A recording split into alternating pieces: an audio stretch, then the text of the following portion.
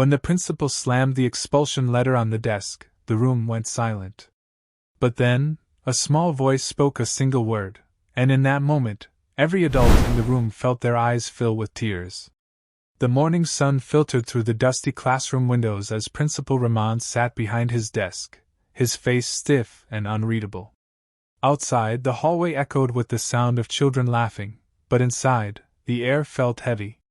10-year-old Amina stood quietly, her small hands clutching the strap of her worn-out school bag. Her big brown eyes shifted nervously between the principal and the floor. She had been called in after yet another complaint from her teacher, this time for talking back, when asked why she hadn't completed her homework. Amina's mother had been ill for weeks, and Amina had spent her nights cooking simple meals for her younger brother and checking her mother's fever, leaving little time for schoolwork. But no one at the school knew, or seemed to care. Principal Ramon leaned forward, his voice cold. "Amina, you've been a troublemaker too many times. We can't keep you here." Her lips trembled, but she didn't speak. The word expelled seemed to hang in the air like a dark cloud. Students passing by peeked into the office, their whispers filling the corridor. Amina's cheeks burned with shame. She had always dreamed of becoming a doctor to help her mother, but now, with one decision, that dream felt shattered. Slowly, she turned to leave, each step feeling heavier than the last. Her shoes squeaked softly against the tiles, a sound that would echo in her memory forever. At the door, she paused for a second, almost wanting to plead, but her pride wouldn't let her. She pushed the door open and stepped into the blinding sunlight, unaware that a single word from someone watching would soon change everything. The next morning, the boy walked into school with a heavy heart, clutching his worn-out bag. Whispers followed him down the hall, some mocking, others curious. He tried to keep his head down, but the pain of yesterday's humiliation still burned inside him. The principal's harsh words had spread among students like wildfire, and now even his friends avoided his gaze. In class, he sat in the back, staring at the board but hearing nothing. His teacher noticed his silence and asked if he was okay, but he simply nodded, hiding the storm within. At recess, he sat alone under a tree, watching others laugh and run.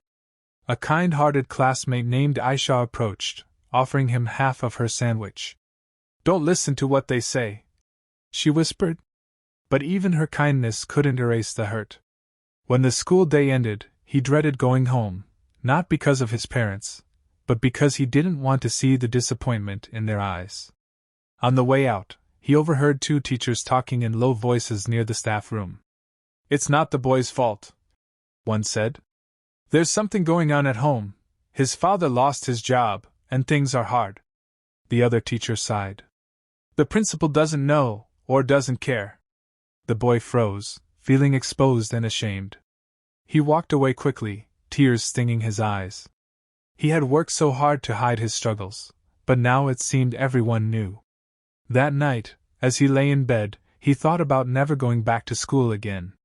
But somewhere deep inside, a tiny voice told him this wasn't the end of his story, not yet. The next morning, the school hall buzzed with the usual chatter of students. But when Layla walked in, everything felt heavier. Her eyes were red, her shoulders slouched, and she clutched her backpack like it was her only friend left in the world. Most kids avoided her, some out of fear, others out of habit. They had seen how the teachers treated her and didn't want the same for themselves. But then, something unexpected happened. A small voice from the back of the hall called out, "Layla, wait!" It was Miriam, one of the quietest girls in school.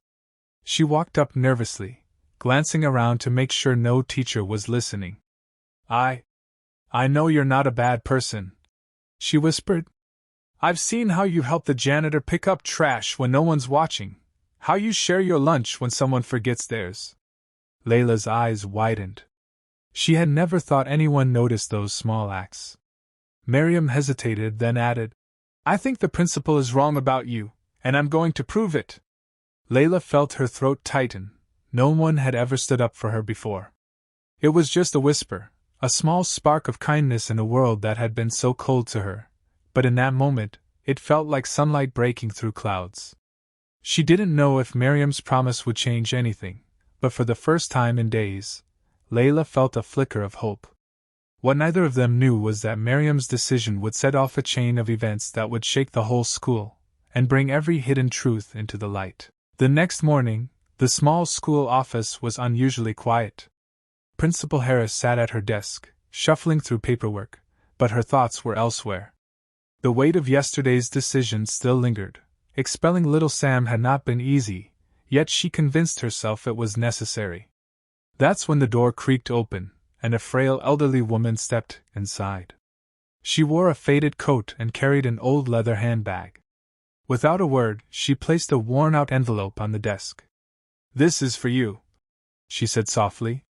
Inside was a handwritten letter, the ink slightly smudged. It wasn't from the grandmother. It was from Sam's late mother. The principal froze as her eyes scanned the words.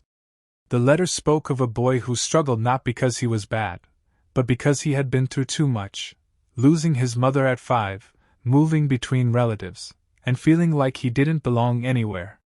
His mother's last wish was simple: please don't give up on him. He just needs someone to believe in him.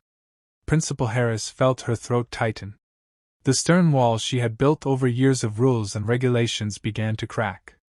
For the first time, she saw Sam not as a difficult child, but as a little boy desperately holding onto a thread of hope. The grandmother's voice trembled as she spoke. "I can't lose him to the world, ma'am. He's all I have." Harris leaned back in her chair, the letter trembling in her hands. Her mind replayed every moment she had been short with Sam, every time she had chosen discipline over understanding. Something deep within her shifted.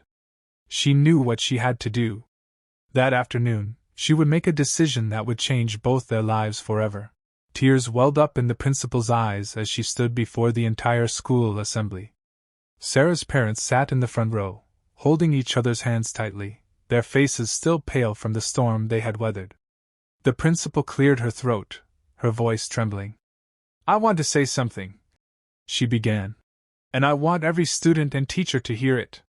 She glanced at Sarah, who stood quietly to the side, her small hands clutching the straps of her worn backpack. "Last week, I made a mistake," the principal continued, her voice cracking. "I judged this child by what I saw on the outside, by her struggles, her restlessness, her different way of seeing the world. I failed to look deeper, to understand her heart." Murmurs ran through the crowd. The principal's eyes softened as she turned toward Sarah. "Sarah, I am sorry. You are not difficult, you are brave, curious, and full of life. And the word I should have used for you is extraordinary." A hush fell over the room. Sarah's eyes widened, and for the first time in days she smiled, small, but real.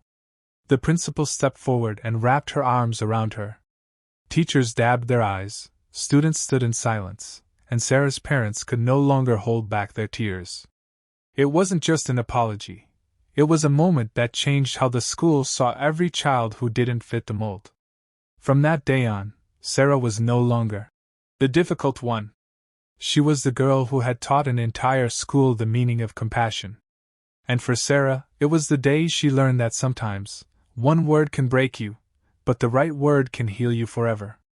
If this story touched your heart, don't forget to like, comment, and share it with others. Subscribe to Human Fables for more real and emotional stories that will stay with you forever.